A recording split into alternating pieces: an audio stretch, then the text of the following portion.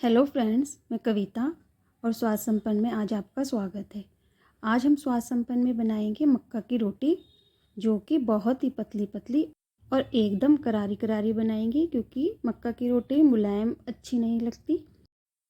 तो आइए बनाते हैं गेहूं के आटे से भी आसानी से बनने वाली मक्का की रोटी। इसके लिए हमें सबसे पहले एक पैन लेना है और उसमें हमें डालना है आधा कप पानी। और पानी को इतना गर्म करना है कि बस उसमें उबाल ना आए, बस आने ही वाला हो, इतना उबलना है। और फिर उसके बाद उसमें डालना है 1 कप मक्का का आटा और बस उसको थोड़ा सा आपस में मिलाकर पानी में भिगोकर रख देना है। अभी हमें इसे बिल्कुल गूंदना नहीं है, सिर्फ इसे मिलाकर रखना है, क्योंकि अभी पानी भी बहुत गर्म है। इसलिए इसी तरीके से इसको 10 मिनट के लिए ढककर छोड़ देते हैं। वैसे तो मक्का के आटे में ग्लूटेन होता नहीं है इतना, इसीलिए ये आपस में चिपकता नहीं है, लेकिन मुझे लगता है कि इस तरीके से रखने से इसमें ग्लूटेन एक्टिव हो जाता होगा, जिसके कारण ये बिल्कुल आटे जैसा बन जाता है, जैसे गेहूं का आटा होता है ना, उस तरीके का। अब इसे हम 10 मिनट बाद देखेंगे। 10 मिनट हो गए हैं, अब देखते हैं अब हम इस आटे को गूंथते हैं। ये बिल्कुल गेहूं के आटे की तरह गूंथ जाएगा। ये अभी भी गर्म है, लेकिन फिर भी आप हाथ लगा सकते हैं। देखिए ये कितने आराम से, और इसको सॉफ्ट डो लगाना है आपको एकदम। अगर आप इसमें नमक खाते हैं, हमारे घर में नमक नहीं खाते हैं आटे में, इसलिए मैंने नहीं डाला। नहीं तो आप जब आप गर्म पानी करते हैं उसी टाइम इसमें 1 चम्मच या आधा चम्मच, जितना भी आप नमक खाते हैं उतना आप डाल सकते हैं आटे में। उसके बाद आप आटा भिगो कर रख दीजिए। अब देखिए ये बिल्कुल ही आपको गेहूं के आटे की तरह लगेगा, जैसे कि ये आप गेहूं का आटा ही गूंद रहे हो।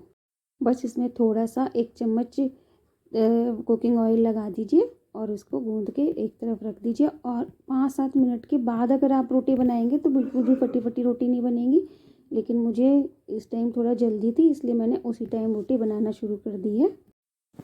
अब आप गेहूं के आटे की जितनी बड़ी लोई लेते हैं रोटी के लिए, उससे थोड़ा सा बड़ा आटा तोड़िए और उसे थोड़ा सा मक्का का आटा लगा के ही आपको इसको बेलना है। इसको बेलिए और देखिए ये बिल्कुल मक्का की रोटी आपको लगेगी ही नहीं कि मैं मक्का की रोटी बेल रही हूँ। आपको ये बिल्कुल गेहूं के आटे की रोटी लगेगी। देखिए मैं कितना भी इसे उठाऊंगी और वापस रखूंगी, ये वैसी की वैसी ही रहेगी।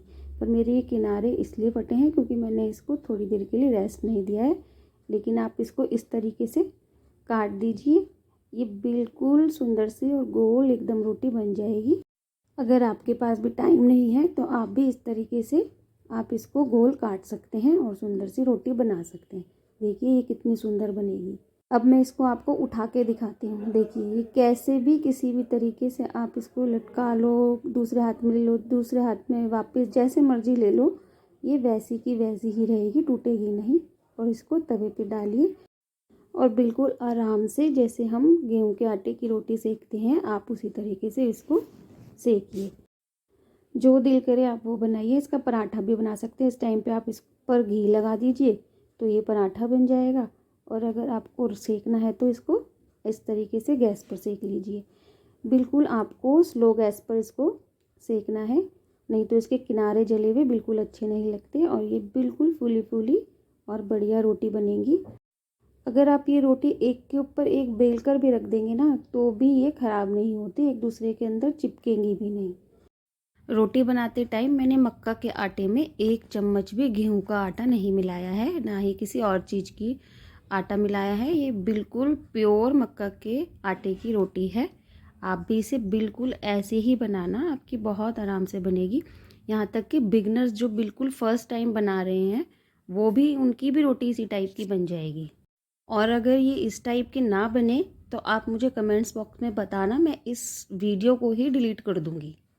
देखिए अब मैं दूसरी रोटी आपको बेल कर दिखाती हूँ। इसके किनारे फिर भी कम फटेंगे, क्योंकि एक रोटी बनाने में हमें 5 मिनट लगे थे, इसलिए ये थोड़ा सा आराम से मिल रही है। और मैं इसको बार बार इसलिए उठा उठा के आपको दिखा रही हूँ कि देखिए ये बिल्कुल गेहूं के आटे की तरह और बिल्कुल पतली रोटी आपकी बनके तैयार होगी।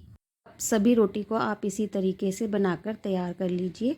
आप इसे कच्चा कच्चा बनाकर भी रख सकते हैं और फिर बाद में आप इसे सेक लीजिए। और जो हम मक्का की रोटी बनाते टाइम आटा उसी टाइम गूंदते हैं ना, वो भी इसके लिए बिल्कुल ज़रूरी नहीं है। आप सुबह आटा गूंदिए और शाम को बनाइए, चाहे अगले दिन सुबह बनाइए, इसका आटा बिल्कुल भी ख़राब नहीं होगा, ना ही ये पतला होगा।